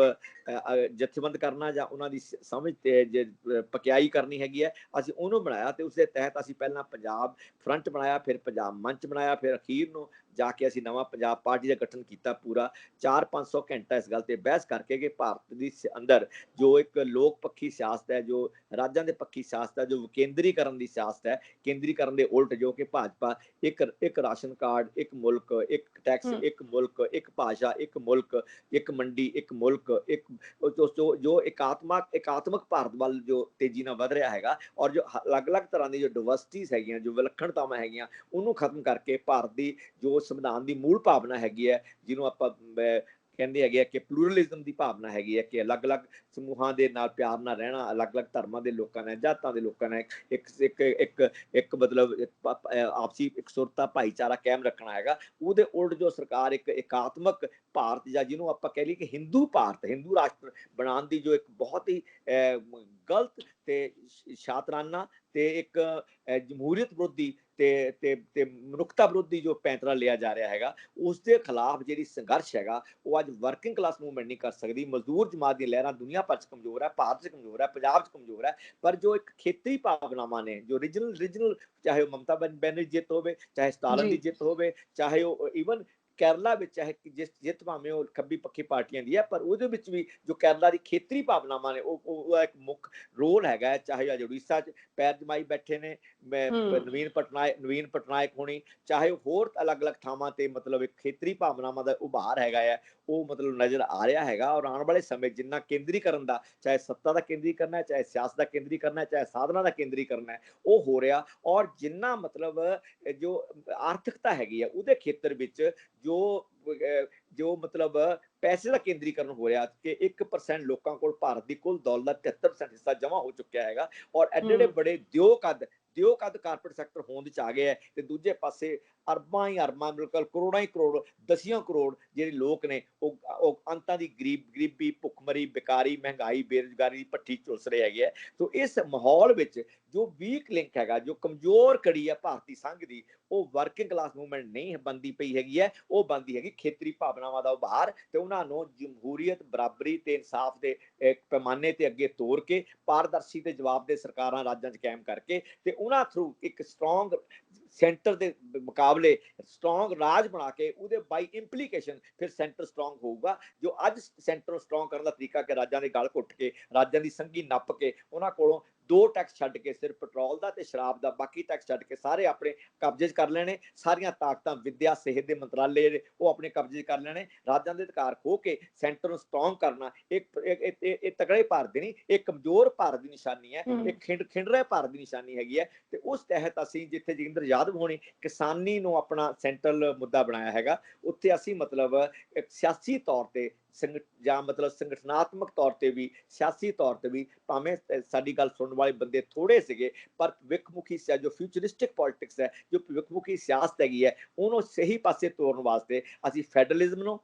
ਖੁਦ ਮੁਖਤਿਆਰੀ ਨੂੰ, ਯਾਨੀ ਕਿ ਆਟੋਨਮੀ ਨੂੰ, autonomy to states within Indian union, ਭਾਰਤੀ ਸੰਘ ਦੇ ਅੰਦਰ, ਕੋਈ ਭਾਰਤ ਤੋਂ ਵੱਖਰਾ ਨਹੀਂ, ਕੋਈ ਧਰਮ ਦਾ ਰਾਜ ਖਾਲਿਸਤਾਨ ਜਾਂ ਹਿੰਦੂ ਰਾਜ ਜਾਂ ਮੁਸਲਮਾਨ ਇਦਾਂ ਦੇ ਬਣਾਉਣ ਦੀ ਗੱਲ ਨਹੀਂ। ਇੱਕ ਡੈਮੋਕ੍ਰੈਟਿਕ ਇੰਡੀਆ ਵਿੱਚ ਇੱਕ ਫੈਡਰਲ ਇੰਡੀਆ ਬਣਾਉਣਾ ਹੈਗਾ ਹੈ, ਤੇ ਜਿਹੜਾ ਜੇ ਰਾਜਾਂ ਦੇ ਅਧਿਕਾਰ ਪੂਰੇ ਨੂੰ ਮਿਲਣ, ਨਾ ਕਿ ਪੁਰਾਣੇ ਅਧਿਕਾਰ ਬਹਾਲ ਹੋਣ, ਬਲਕਿ ਹੋਰ ਨਵੇਂ ਅਧਿਕਾਰ ਜਿਵੇਂ ਕੈਨੇਡਾ, ਅਮਰੀਕਾ, ਇੱਕ ਫੈਡਰਲ ਗਵਰਨਮੈਂਟ ਹੈ, ਇੱਕ ਸਟੇਟ ਗਵਰਨਮੈਂਟ ਹੈ, ਇੱਕ ਮਿਊਨਿਸਪਲ ਗਵਰਨਮੈਂਟ ਹੈ। ਇਸ ਤਰ੍ਹਾਂ ਦਾ ਜੋ ਵਿਕੇਂਦਰੀਕਰਨ ਹੈ ਸੱਤਾ ਦੇ ਸਾਧਨਾਂ ਦਾ, ਜੋ ਤਾਕਤਾਂ ਦਾ ਵਿਕੇਂਦਰੀਕਰਨ ਹੈ, ਉਸ ਰਾਹੀਂ ਹੀ ਇੱਕ ਸਹੀ ਜਮਹੂਰੀਅਤ, ਸਹੀ ਇੱਕ ਇਨਸਾਫ-ਪਸੰਦ ਰਾਜ ਹੈ, ਉਹ ਕਾਇਮ ਕੀਤਾ ਜਾ ਸਕਦਾ। ਤੇ ਉਸ ਤੋਂ ਅੱਗੇ ਵੱਧ ਕੇ ਹੋਰ ਅੱਗੇ ਜੋ ਸਮਾਜ ਦੀ ਬਰਾਬਰੀ ਦੇ ਕਨਸੈਪਟ ਉਹ ਲਾਗੂ ਕੀਤੇ ਜਾ ਸਕਦੇ ਨੇ। 1975 ਦੇ ਵਿੱਚ ਵੀ ਇਸੇ ਤਰ੍ਹਾਂ ਦੇ ਨਾਲ ਸੰਵਿਧਾਨ ਦੇ ਨਾਲ ਖਿਲਵਾੜ ਕੀਤਾ ਗਿਆ ਸੀ, ਲੋਕਾਂ ਦੇ ਹੱਕਾਂ ਨੂੰ ਦਬਾਇਆ ਗਿਆ ਸੀ। ਉਸ ਹਾਲਾਤ ਦੇ ਵਿੱਚ ਸਾਰੇ ਲੋਕ ਕਿਵੇਂ ਬਾਹਰ ਨਿਕਲੇ ਸੀ, ਅਤੇ ਹੁਣ ਜੋ ਹਾਲਾਤ ਬਣੇ ਹੋਏ ਨੇ ਬਹੁਤ ਹੀ ਜ਼ਿਆਦਾ ਡਰਾਉਣ ਵਾਲੇ ਹਾਲਾਤ ਨੇ, ਕਿਉਂਕਿ ਇੱਕੋ ਹੀ ਪਾਰਟੀ ਰਾਜ ਕਰ ਰਹੀ ਹੈ, ਕਿਸ ਤਰ੍ਹਾਂ ਦੇ ਨਾਲ ਰਾਜ ਕਰ ਰਹੀ ਹੈ ਉਹ, ਇਸ ਤੋਂ ਬਾਹਰ ਕਿਵੇਂ ਨਿਕਲਿਆ ਜਾਵੇਗਾ? ਕਿਉਂਕਿ ਦਿਖ ਰਿਹਾ ਹੈ ਸਾਫ਼ ਤੌਰ ਤੇ ਕਿ ਸਰਕਾਰ ਨੇ ਕੁਝ ਵੀ ਭਲਾਈ ਦੇ ਲਈ ਨਹੀਂ ਕੀਤਾ, ਤੇ ਲੋਕ ਸੜਕਾਂ ਤੇ ਮਰ ਰਹੇ ਨੇ, ਸ਼ਮਸ਼ਾਨ ਘਾਟ ਦੇ ਬਾਹਰ ਮਰ ਰਹੇ ਨੇ, ਹਸਪਤਾਲ ਦੇ ਅੰਦਰ ਵੀ ਉਹੀ ਹਾਲ ਹੈ ਤੇ ਬਾਹਰ ਵੀ ਉਹੀ ਹਾਲ ਹੈ। ਕਿਸ ਤਰ੍ਹਾਂ ਦੇ ਨਾਲ ਬਦਲ ਲਿਆਇਆ ਜਾਵੇਗਾ? ਦੇਖੋ 75 ਤੇ 2021 ਦਾ ਜਾਂ 2014 ਤੋਂ ਲੈ ਕੇ 21 ਤੱਕ ਦਾ ਸਮਾਂ ਹੈਗਾ, ਉੱਥੇ ਐਲਾਨੀਆ ਐਮਰਜੈਂਸੀ ਸੀਗੀ, ਇੱਥੇ ਅਣਐਲਾਨੀ ਐਮਰਜੈਂਸੀ ਹੈਗੀ ਹੈ। ਉੱਥੇ ਜਿਹੜੀਆਂ ਸੰਵਿਧਾਨਕ ਸੰਸਥਾਵਾਂ ਸੀਗੀਆਂ ਉਹਨਾਂ ਦਾ ਇਸ ਤਰ੍ਹਾਂ ਕਾਂਡ ਨਹੀਂ ਸੀ ਹੋਇਆ ਜਿਸ ਪੱਧਰ ਤੇ ਕਾਂਡ ਹੁਣ ਹੋਇਆ ਹੈਗਾ। ਭਾਵੇਂ ਉਸ ਵੇਲੇ ਵੀ ਸੁਪਰੀਮ ਕੋਰਟ ਪਲਾਇਬਲ ਹੋ ਗਈ ਸੀ, ਸੁਪਰੀਮ ਕੋਰਟ ਸਰਕਾਰ ਦੇ ਦਬਾਅ ਥੱਲੇ ਸੀਗੀ, ਦਬਾਅ ਥੱਲੇ ਕੰਮ ਕਰ ਰਹੀ ਸੀਗੀ, ਪਰ ਬਾਕੀ ਸਾਰੀਆਂ ਸੰਸਥਾਵਾਂ, ਚਾਹੇ ਯੂਨੀਵਰਸਿਟੀ ਗ੍ਰਾਂਟਸ ਕਮਿਸ਼ਨ ਹੈ, ਚਾਹੇ ਫਿਲਮ ਇੰਸਟੀਚਿਊਟ ਹੈ, ਚਾਹੇ ਉਹ ਮਤਲਬ ਈਡੀ ਹੈਗਾ ਆ, ਚਾਹੇ ਇਨਕਮ ਟੈਕਸ ਹੈਗਾ ਆ, ਚਾਹੇ ਮਤਲਬ ਉਹ ਪੁਲਿਸ ਹੈਗੀ ਹੈ, ਸੈਂਟਰਲ ਫੋਰਸ ਹੈ, ਚਾਹੇ NIA ਹੈਗੀ ਹੈ, ਚਾਹੇ ਉਹ ਇਲੈਕਸ਼ਨ ਕਮਿਸ਼ਨ ਹੈਗਾ ਆ, ਇਹਨਾਂ ਦੀ ਇਸ ਤਰ੍ਹਾਂ ਮਤਲਬ ਸਰਕਾਰ ਅੱਗੇ ਡੰਡੌਤ ਹੋਣ ਦੀ ਜਾਂ ਸਰਕਾਰ ਦੇ ਕਹੇ ਲੱਗ ਕੇ ਸਾਰੇ ਉਹ ਗੈਰ ਸੰਵਿਧਾਨਕ ਕੰਮ ਕਰਨ ਦੀ ਜੋ ਇੰਨੀ ਵੱਡੀ ਪੱਧਰ ਤੇ ਕੋਈ ਅਜਿਹੀ ਕੋਸ਼ਿਸ਼ ਨਹੀਂ ਸੀ ਹੋਈ। ਔਰ ਦੂਜੀ ਗੱਲ ਹੈ ਕਿ ਜੋ ਇੱਕ ਫਾਸ਼ੀਵਾਦੀ ਏਜੰਡਾ ਹੈਗਾ ਹੈ, ਉਸ ਵੇਲੇ ਠੀਕ ਹੈ ਕਿ ਸਰਕਾਰ ਨੇ ਕਾਫੀ ਲੋਕਾਂ ਦੇ ਜਿਹੜੇ ਹੱਕ ਸੀਗੇ ਮਨਸੂਖ ਕਰਤੇ ਸੀ, ਲੱਖਾਂ ਲੋਕਾਂ ਨੂੰ ਜੇਲ੍ਹਾਂ 'ਚ ਪਾ ਦਿੱਤਾ ਸੀਗਾ, ਪਰ ਜਿਹੜਾ ਇੱਕ ਫਾਸ਼ੀਵਾਦੀ ਏਜੰਡਾ ਹੈਗਾ ਹੈ, ਜਿਹੜਾ ਹਿੰਦੂਤਵ ਦਾ ਏਜੰਡਾ ਹੈਗਾ, ਜਿਹੜਾ ਮਤਲਬ ਵਿਲੱਖਣਤਾਵਾਂ ਨੂੰ ਖਤਮ ਕਰਨ ਦਾ ਏਜੰਡਾ ਹੈਗਾ, ਇਸ ਰੂਪ ਵਿੱਚ ਜਾਂ ਇਸ ਭਿਅੰਕਰਤਾ ਨਾਲ ਉਹ ਸਾਹਮਣੇ ਨਹੀਂ ਸੀਗਾ। ਜਮਹੂਰੀ ਹੱਕਾਂ ਦੀ ਗੱਲ ਸੀਗੀ, ਕੁਝ ਹੱਦ ਤੱਕ ਰਾਜਾਂ ਦੇ ਹੱਕਾਂ ਦੀ ਵੀ ਗੱਲ ਸੀਗੀ, ਪਰ ਜੋ ਵਿਕਰਾਲਤਾ ਇਸ ਭਾਜਪਾ ਦੇ ਸਮੇਂ ਦੌਰਾਨ ਖਾਸ ਤੌਰ ਤੇ ਜਿਹੜੀ ਦੂਜੀ ਪਾਰੀ ਹੈਗੀ ਹੈ, ਚਾਹੇ ਉਹਦੇ 'ਚ ਰਾਮ ਮੰਦਿਰ ਦਾ ਮੁੱਦਾ ਸੁਪਰੀਮ ਕੋਰਟ ਦੇ ਕਹਿਣ ਦੇ ਬਾਵਜੂਦ ਕਿ ਮੰਦਿਰ ਢਾਣਾ ਦਾ ਗਲਤ, ਮਸਜਿਦ ਢਾਣੀ ਦਾ ਗਲਤ ਸੀਗੀ, ਪਰ ਮੰਦਿਰ ਇੱਥੇ ਬਣੂਗਾ। ਸੋ ਇਸ ਤਰ੍ਹਾਂ ਦੀ ਜਿਹੜੀ ਜਾਲਸਾਜ਼ੀ ਹੈਗੀ ਹੈ, ਉਹਦੇ ਰਾਹੀਂ ਰਾਮ ਮੰਦਿਰ ਦਾ ਮਸਲਾ ਸੁਲਝਾਉਣ ਦੀ, ਤਥਾਕਥਿਤ ਸੁਲਝਾਉਣ ਦੀ ਗੱਲ ਹੋਵੇ, ਚਾਹੇ ਉਹ ਕਸ਼ਮੀਰ ਨੂੰ ਟੋਟੇ ਕਰਨ ਦੀ ਗੱਲ ਹੋਵੇ, ਜਾਂ ਧਾਰਾ 70 ਤੇ 35 ਖਤਮ ਕਰਨ ਦੀ ਗੱਲ ਹੋਵੇ, ਇੱਕ ਫਾਸ਼ੀਵਾਦੀ ਏਜੰਡਾ, ਇੱਕ ਹਿੰਦੂ ਰਾਸ਼ਟਰ ਬਣਾਉਣ ਦਾ ਏਜੰਡਾ, ਉਹ ਕਾਂਗਰਸ ਦੇ ਇੱਕ ਏਜੰਡੇ ਦਾ ਹਿੱਸਾ ਨਹੀਂ ਸੀਗਾ। ਉਹ ਸਿਰਫ ਇੱਕ ਪਰਿਵਾਰ ਨੂੰ ਦੀ ਸੱਤਾ ਤੇ ਆਏ ਖਤਰੇ ਨੂੰ ਟਾਲਣ ਵਾਸਤੇ, ਆ ਰਹੇ ਖਤਰੇ ਨੂੰ ਟਾਲਣ ਵਾਸਤੇ ਇੱਕ ਜਾਬਰ ਕਦਮ ਸੀਗਾ, ਜਿਸ ਦਾ ਸਾਰੇ ਲੋਕਾਂ ਨੇ ਵਿਰੋਧ ਕੀਤਾ, ਤੇ ਉਹ 1.5 ਸਾਲ ਬਾਅਦ ਉਹ ਵਾਪਸ ਹੋ ਗਿਆ, ਤੇ ਮੁੜ ਕੇ ਫਿਰ ਜਿੰਨੀ ਕੁ ਵੀ ਜਮਹੂਰੀਅਤ ਹੈ ਉਹ ਬਹਾਲ ਹੋਈ ਸੀਗੀ। ਆਪਾਂ ਗੱਲ ਕਰ ਰਹੇ ਹਾਂ ਧਰਮ ਦੀ ਰਾਜਨੀਤੀ ਦੀ। ਮਲੇਰਕੋਟਲਾ ਨੂੰ 23ਵਾਂ ਜ਼ਿਲ੍ਹਾ ਬਣਾ ਦਿੱਤਾ ਗਿਆ। ਇਸ ਨੂੰ ਲੈ ਕੇ ਯੋਗੀ ਸਰਕਾਰ ਦੇ ਵੱਲੋਂ ਤਿੱਖੀਆਂ ਟਿੱਪਣੀਆਂ ਕੀਤੀਆਂ ਜਾ ਰਹੀਆਂ ਨੇ, ਤੇ ਇਧਰੋਂ ਰਾਜਕੁਮਾਰ ਵੇਰਕਾ ਦਾ ਕਹਿਣਾ ਹੈ ਕਿ ਯੋਗੀ ਨੂੰ ਪਾਗਲਖਾਨੇ ਦੇ ਵਿੱਚ ਜਾ ਕੇ ਆਪਣਾ ਇਲਾਜ ਕਰਵਾਉਣਾ ਚਾਹੀਦਾ ਹੈ। ਕਾਂਗਰਸ ਪਾਰਟੀ ਦੇ ਵੱਲੋਂ ਕੀ ਕਾਰਨ ਸੀ ਕਿ ਮਲੇਰਕੋਟਲਾ ਨੂੰ 23ਵਾਂ ਜ਼ਿਲ੍ਹਾ ਬਣਾ ਦਿੱਤਾ ਗਿਆ, ਤੇ ਇਸ ਤੇ ਹੁਣ ਸਿਆਸਤ ਚੱਲ ਰਹੀ ਹੈ? ਦੇਖੋ ਮਲੇਰਕੋਟਲਾ ਨੂੰ ਜ਼ਿਲ੍ਹੇ ਬਣਾਏ ਨੇ, ਤੇ ਉਹ ਏਦਾਂ ਮੁੱਦਾ ਨਹੀਂ ਹੈਗਾ ਹੈ, ਬਣਾਇਆ ਜਾ ਸਕਦਾ ਸੀ, ਬਣਾ ਦਿੱਤਾ ਗਿਆ, ਚੰਗਾ ਕੀਤਾ ਹੈਗਾ। ਮੁੱਦਾ ਹੈਗਾ ਕਿ ਜਿਹੜੇ ਪਹਿਲਾਂ ਜ਼ਿਲ੍ਹੇ ਬਣਾਏ ਨੇ ਉਹ ਪ੍ਰਸ਼ਾਸਨਿਕ ਤੌਰ ਤੇ ਚੰਗਾ ਪ੍ਰਸ਼ਾਸਨ ਦੇਣ ਲਈ ਕਿ ਆਪਣੇ ਮਕਸਦ ਪੂਰੇ ਹੋਏ ਨੇ? ਬਿਲਕੁਲ ਨਹੀਂ ਹੋਏ। ਪੰਜਾਬ 13 ਜ਼ਿਲ੍ਹਿਆਂ ਨਾਲ ਵੀ ਉਨਾ ਹੀ ਚੰਗਾ ਜਾਂ ਮਾੜਾ ਸੀਗਾ, ਪੰਜਾਬ 22 ਜ਼ਿਲ੍ਹਿਆਂ ਨਾਲ ਵੀ ਉਨਾ ਹੀ ਚੰਗਾ ਜਾਂ ਮਾੜਾ ਸੀਗਾ। ਜਿਹੜੀ ਪੁਲਿਸ ਵਿੱਚ ਦਖਲਅੰਦਾਜ਼ੀ ਸਰਕਾਰ ਦੀ ਹੈਗੀ ਹੈ, ਪ੍ਰਸ਼ਾਸਨ ਦਖਲਅੰਦਾਜ਼ੀ ਸਰਕਾਰ ਦੀ ਹੈਗੀ ਹੈ, ਸਰਕਾਰ ਦੀ ਕਾਰਜ ਕੁਸ਼ਲਤਾ ਦੇ ਸਵਾਲ ਹੈਗੇ ਹੈ, ਸਰਕਾਰ ਦੇ ਮਾਫੀਆ ਨੂੰ ਕੰਟਰੋਲ ਕਰਨ ਦੇ ਸਵਾਲ ਦੇ ਹੈ, ਸਰਕਾਰੀ ਧਿਰ ਵੱਲੋਂ खुद माफिया चलाण दे, चाहे शराब का माफिया, चाहे ट्रांसपोर्ट का माफिया, चाहे नशे का माफिया, चाहे वह रेता बजरी का माफिया, खुद सारे माफिया जिथे अकाली छड्ड के गए थे उत्थों कांग्रेस ने फड़ लिया, उत्थों अगे तुरे ने, उन्होंने रोकने का की सीगा। सो सवाल एक तक समुची कार्यकुशलता है, पर इस मलेरकोटले जिले बनाने च फिरकू रंगत देनी ये बहुत ही घटिया गल हैगी है। मलेरकोटले का पंजाब के इतिहास में, सिख इतिहास में, पंजाब के इतिहास में एक विलक्षण थां हैगा है। जे सचमुच ही संगरूर एक वड्डा जिला हैगा, दो जिले बनते हैं तो इसनों कि सन तक कोई इतराज नहीं होना चाहिए हैगा। योगी जिहड़ा खुद जिम्मेवार है एक मतलब जहरीलियां फिरकू स्टेटमेंटा देने वास्ते, सारे यूपी का माहौल फिरकू बनाने वास्ते, और जिहदे राज विच अज इन्ना बुरा हाल है कि 2-2 हज़ार लाश 500-600 किलोमीटर के कंढियां ते गंगा के कंढियां ते वो तैरती पई हैगी है। और इन्ना जे कोई बंदा ऑक्सीजन अपने दादे वास्ते या अपने चाचे वास्ते या फादर वास्ते ऑक्सीजन की डिमांड करता WhatsApp ते या गूगल ते, तो उसके खिलाफ केस चलाने की धमकियां दी, जिन्हें सुप्रीम कोर्ट दखल देना पिया। तो अजिहे बंदे नूं अजिही फिरकू जहरीली टिप्पणी करनी बिल्कुल शोभा नहीं दिंदी, और जिन्नियां लानतां पाईयां जाण उन्नियां घट हैगीआं। 2022 ਦੇ ਵਿੱਚ ਇਲੈਕਸ਼ਨ ਹੋਣ ਵਾਲੀ ਹੈ, ਤੁਸੀਂ ਵੀ ਵੋਟਾਂ ਦੇ ਵਿੱਚ ਜ਼ਰੂਰ ਆਓਗੇ ਤੇ ਖੜੋਗੇ, ਅਗਰ ਖੜੋਗੇ ਤਾਂ ਕਿਹੜੀ ਜਗ੍ਹਾ ਤੋਂ? ਤੇ ਦੂਸਰਾ, ਕਰਜ਼ਾਈ ਪੰਜਾਬ ਤੋਂ ਚਲਾਉਣ ਦੇ ਲਈ ਕਿਹੜੀ ਪਾਰਟੀ ਸਹੀ ਤਰੀਕੇ ਦੇ ਨਾਲ ਕੀ ਪ੍ਰੋਗਰਾਮ ਉਲੀਕੇ ਕਿ ਲੋਕਾਂ ਨੂੰ ਸਹੀ ਸੁਵਿਧਾਵਾਂ ਮਿਲ ਸਕਣ? देखो थोड़े पहले दूजे सवाल का मैं पहला जवाब दिंदा कि इस वेले कि ਜਿਹੜੀ ਵੀ ਪਾਰਟੀ ਲੋਕਾਂ ਨਾਲ ਲੋਕ ਲਵਾਉਣੇ ਨਾ ਵਾਅਦੇ ਕਰਦੀ ਹੈਗੀ ਹੈ, ਜਿਹੜੀ ਪੋਪੂਲਿਸਟ ਪੋਲਿਟਿਕਸ ਕਰਦੀ ਹੈਗੀ ਹੈ, ਚਾਹੇ ਕਾਂਗਰਸ ਕਰੇ, ਚਾਹੇ ਆਪ ਕਰੇ, ਚਾਹੇ ਹੁਣ ਅਕਾਲੀ ਕਰਨ, ਤਾਂ ਇਹ ਜਿਹੜੀ ਇਹ ਪੋਪੂਲਿਸਟ ਪੋਲਿਟਿਕਸ ਹੈ ਇਹ ਸਿਰਫ ਨਾ ਲੋਕਾਂ ਨੂੰ ਬੇਵਕੂਫ ਬਣਾਉਣ ਵਾਲੀ ਗੱਲ ਹੈ। ਕਿਉਂਕਿ 2,80,000 ਕਰੋੜ ਦਾ ਕਰਜ਼ਾਈ ਪੰਜਾਬ, ਜਿਹੜਾ ਸਾਲਾਨਾ ਜਿਹੜਾ ਵਿਆਜ ਹੈ ਉਹੀ 23,000 ਕਰੋੜ ਹੁੰਦਾ ਹੈਗਾ। ਤੁਸੀਂ ਸੋਚ ਕੇ ਦੇਖੋ, ਇਹ 23,000 ਕਰੋੜ ਸਿਹਤ ਤੇ ਐਜੂਕੇਸ਼ਨ ਪਾਇਆ ਜਾਵੇ ਤਾਂ ਪੰਜਾਬ ਕਿੱਥੇ ਪਹੁੰਚ ਸਕਦਾ ਹੈਗਾ। ਤੇ ਜੋ ਐਡਾ ਕਰਜ਼ਾਈ ਪੰਜਾਬ ਹੈ ਉਹਦੀ ਕੋਈ ਸਰਕਾਰ ਵੀ ਆ ਜਾਵੇ, ਉਹ ਨਾ ਤਾਂ ਲੋਕਾਂ ਨੂੰ ਸਿਹਤ ਦੇ ਸਕਦੀ, ਨਾ ਵਿਦਿਆ, ਨਾ ਰੁਜ਼ਗਾਰ, ਨਾ ਕਿਸਾਨੀ ਸੰਕਟ ਹੱਲ ਕਰ ਸਕਦੀ, ਤੇ ਨਾ ਜੋ ਹੋਰ ਪੰਜਾਬ ਦੇ ਜੋ ਮਿੱਟੀ, ਪਾਣੀ, ਹਵਾ ਸਭ ਦੂਸ਼ਿਤ ਹੈ ਉਹਨੂੰ ਦਰੁਸਤੀ ਵੱਲ ਲਿਜਾ ਸਕਦੀ ਹੈ। ਕੋਈ ਸਰਕਾਰ ਇਸ ਗੱਲ ਦੇ ਕਾਬਿਲ ਨਹੀਂ ਹੈਗੀ। ਵਾਅਦੇ ਕਰ ਲਓ, ਜੋ ਮਰਜ਼ੀ ਝੂਠ ਬੋਲੋ, ਜੋ ਮਰਜ਼ੀ ਝੂਠ ਬੋਲੀ ਚੱਲੋ। ਉਹ ਪਹਿਲਾਂ ਵੀ ਪ੍ਰਸ਼ਾਂਤ ਕਿਸ਼ੋਰ ਦੀ ਮਦਦ ਨਾਲ ਕੈਪਟਨ ਸਾਹਿਬ ਨੇ ਝੂਠ ਬੋਲਿਆ ਸੀਗਾ, ਕਿਵੇਂ ਝੂਠ 5 ਸਾਲਾਂ ਬੇਨਕਾਬ ਹੋਇਆ, ਘਰ ਘਰ ਰੁਜ਼ਗਾਰ ਦਾ, मतलब आटे दाल दे नाल चाह दी पत्ती देण दा, जां मतलब पेंशन 25 रुपए पेंशन करन दा, सारे किसानी दे आड़तियां बैंकां ते कोऑपरेटिव सोसाइटियां दे सारे कब्जे माफ करन दा, वो किवें झूठ लोकां ने जग जाहर हुंदा देखिया, झूठ साबित हुंदा देखिया हैगा। वो लोकां दे सामने लोकां दी यादां च ताज़ा हैगा है। सो इस करके कोई पार्टी भी वादे करदी हो, सो जे एक पंजाब दी जो कायाकल्प हैगी है, जो पंजाब दी बेहतरी हैगी है, जो पंजाब दी एक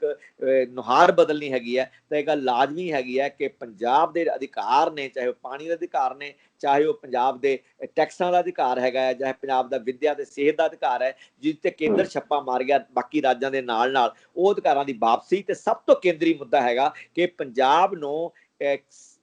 पाकिस्तान नाल अमन शांति ते व्यापार की लोड़ हैगी है, ताकि पाकिस्तान जिहड़ा पाकिस्तान चाइना इकोनॉमिक कॉरीडोर है, जिन्होंने CPEC कहंदे हैगे है, सानूं उत्थे पहुंच मिल के असीं ग्वादर सी पोर्ट ते पुजीए, साडा व्यापारी, साडा किसान, साडा नौजवान सब नूं रोजगार मिलूगा, सब दी खुशहाली आऊगी, शहरां च भी पिंडां च भी। ते उस तो जिहड़ी ग्वादर सी पोर्ट ते पहुंच के थ्रू CPEC सानूं सेंट्रल एशिया ते अपन मध्य पूर्व ते मिडल ईस्ट विच दे उहदे 40-45 मुल्क है, उन्हां राहीं अपना जिहड़े उत्पाद ने, खेती उत्पाद ने, इंडस्ट्री उत्पाद ने, खेडां दे उत्पाद ने, सारा नाल सानूं मतलब व्यापार करन दा, खुला व्यापार करने का मौका लिया। अज असीं कांडला बंदरगाह थ्रू ਜਾਂ ਬੰਬੇ ਥਰੂ ਕਰਾਚੀ ਜਾਂਦੇ ਹੈਗੇ ਆ, ਤੇ ਉੱਥੋਂ ਅੱਗੇ ਜਾਂਦੇ ਹੈਗੇ ਆ, ਇਹ ਸਾਰਾ ਰੂਟ ਖਤਮ ਕਰਕੇ 40 ਕਿਲੋਮੀਟਰ ਲਾਹੌਰ ਹੈਗਾ ਅੰਮ੍ਰਿਤਸਰ ਤੋਂ, ਸਾਡਾ ਰੂਟ ਕਿਉਂ ਨਹੀਂ ਖੋਲਿਆ ਜਾਂਦਾ? ਸਾਡਾ ਕੱਲਾ ਬਾਗਾ ਬਾਰਡਰ ਨਹੀਂ, ਸਾਡਾ ਸੈਣੀ ਵਾਲਾ, ਸਾਡਾ ਅਟਾਰੀ, ਤਿੰਨੇ ਬਾਰਡਰ ਖੋਲੇ ਜਾਣ, ਔਰ ਪਾਕਿਸਤਾਨ ਖੁੱਲੇ ਵਪਾਰ ਦਾ ਜਿਹੜਾ ਮਤਲਬ ਇੱਕ ਲੜਾਈ ਹੈਗੀ ਹੈ ਉਹ ਪੰਜਾਬੀਆਂ ਨੂੰ ਲੜਨੀ ਚਾਹੀਦੀ ਹੈਗੀ ਹੈ। ਔਰ ਕਿਸਾਨ ਅੰਦੋਲਨ ਦੇ ਵਿੱਚ ਹੀ ਇਹ ਸਵਾਲ ਖੜਾ ਹੋਣਾ ਚਾਹੀਦਾ ਕਿ ਸਾਨੂੰ ਪਾਕਿਸਤਾਨ ਦੋਸਤੀ,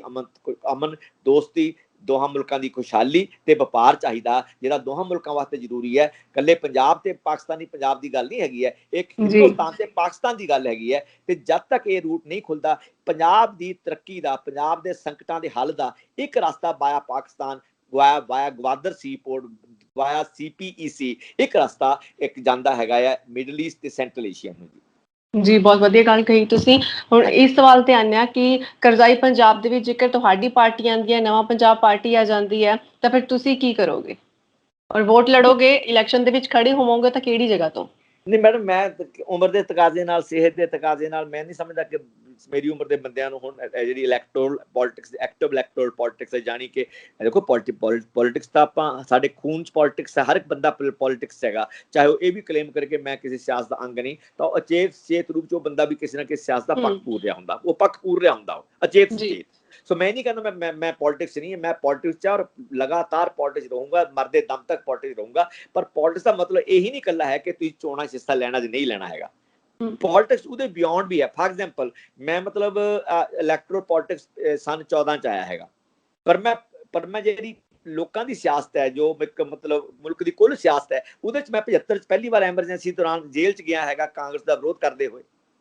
ਸੋ ਉਹਦੇ ਦੌਰਾਨ ਸਾਰੀਆਂ ਜਿੰਨੀਆਂ ਸਟਰਗਲਸ ਆਈਆਂ ਕਿਸਾਨੀ ਦੀਆਂ, ਮਜ਼ਦੂਰਾਂ ਦੀਆਂ, ਮੈਂ ਫਿਰ ਲੁਧਿਆਣੇ 3 ਸਾਲ ਮਜ਼ਦੂਰਾਂ 'ਚ ਰਿਹਾ, ਉੱਥੇ ਉਹਨਾਂ ਨੂੰ ਆਰਗੇਨਾਈਜ਼ ਕੀਤਾ ਹੈਗਾ ਹੈ। ਉਸ ਤੋਂ ਇਲਾਵਾ ਫਿਰ ਮੈਂ ਜਿੱਥੇ ਵੀ ਕਿਤੇ ਕਿਸਾਨੀ ਦੇ ਸੰਘਰਸ਼ ਸੀਗੇ, ਮਜ਼ਦੂਰਾਂ ਦੇ, ਔਰਤਾਂ ਦੇ, ਦਲਿਤਾਂ ਦੇ ਜਾਂ ਹੋਰ ਪਛੜੇ ਲੋਕਾਂ ਦੇ, ਮੈਂ ਉਹਦਾ ਹਿੱਸਾ ਰਿਹਾ ਹੈਗਾ। ਉਹ ਸਾਰਾ ਕੁਝ ਪੋਲਿਟਿਕਸ ਸੀਗਾ। So electoral politics just one part of politics, it's not the whole politics. Whole politics ਦਾ ਘੇਰਾ ਬਹੁਤ ਵਸੀਹ ਹੈਗਾ, ਸਾਰੀ ਧਰਤੀ ਖੁੱਲੀ ਹੈਗੀ ਹੈ, ਸਾਰਾ ਸਮਾਜ ਖੁੱਲਾ ਹੈ ਸਿਆਸਤ ਵਾਸਤੇ। ਹਰ ਸਿਆਸਤ ਘਰ ਵਿੱਚ ਵੀ ਹੈਗੀ, ਮਹੱਲੇ 'ਚ ਵੀ ਹੈਗੀ ਹੈ,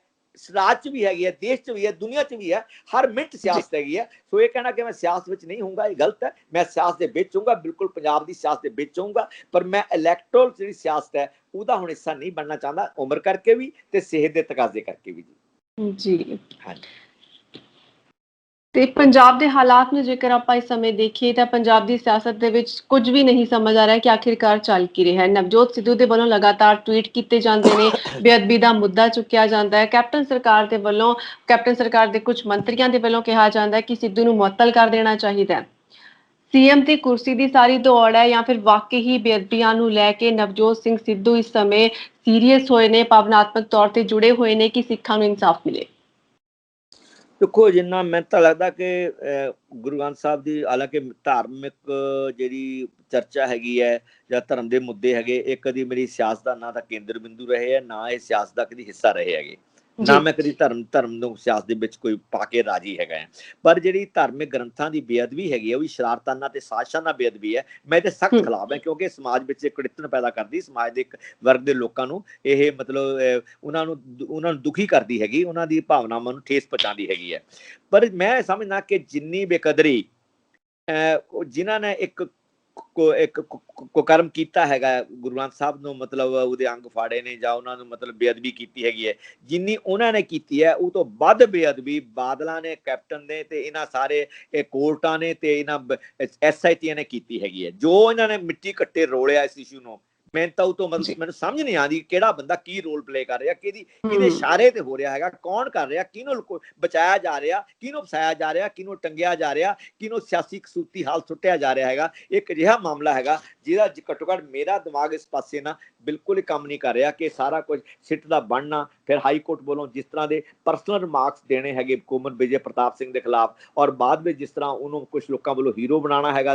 ਅਕਾਲ ਤਖਤ ਤੇ ਲਿਜਾ ਕੇ, ਦਰਬਾਰ ਸਾਹਿਬ ਲਿਜਾ ਕੇ ਉਹਨਾਂ ਨੂੰ ਸਨਮਾਨਿਤ ਕਰਨਾ ਹੈਗਾ, ਕੁਝ ਧਿਰਾਂ ਵੱਲੋਂ ਉਹਨਾਂ ਨੂੰ ਹੀਰੋ ਬਣਾਉਣਾ, ਕੁਝ ਉਹਨਾਂ ਨੂੰ ਜ਼ੀਰੋ ਬਣਾਉਣਾ ਹੈਗਾ, ਕੈਪਟਨ ਨੂੰ ਮਤਲਬ ਖੁੰਝੇ ਲਾਣਾ ਹੈਗਾ ਹੈ। ਅਚਾਨਕ ਸਿੱਧੂ ਸਾਹਿਬ, ਹਾਲਾਂਕਿ ਸਿੱਧੂ ਸਾਹਿਬ ਇੱਕ ਸਿਰਦ ਆਦਮੀ ਹੈਗੇ, ਉਹਨਾਂ ਨੇ ਕਰਤਾਰਪੁਰ ਕੋਰੀਡੋਰ ਖੋਲ੍ਹਣ ਵਿੱਚ ਜੋ ਇੱਕ ਅਹਿਮ ਭੂਮਿਕਾ ਨਿਭਾਈ ਔਰ ਸਾਰੇ ਭਾਰਤੀ ਸਰਕਾਰ ਤੇ ਪੰਜਾਬ ਸਰਕਾਰ ਦੇ ਵਿਰੋਧ ਤੋਂ ਬਾਵਜੂਦ ਨਿਭਾਈ ਹੈਗੀ ਹੈ। ਉਦੋਂ ਬੜੇ ਨਿਹਾਇਤ ਇਮਾਨਦਾਰ ਬੰਦੇ ਨੇ, ਇਮਾਨਦਾਰ ਸ਼ਖਸ ਨੇ। ਪਰ ਅਚਾਨਕ ਉਹਨਾਂ ਵੱਲੋਂ ਵੀ ਇਸ ਮੁੱਦੇ ਨੂੰ ਇੰਨਾ ਤੂਲ ਦੇ ਦੇਣਾ, ਮੈਨੂੰ ਲੱਗਦਾ ਕਿ ਜੋ ਪੁਰਾਣੀ ਉਹਨਾਂ ਦੀ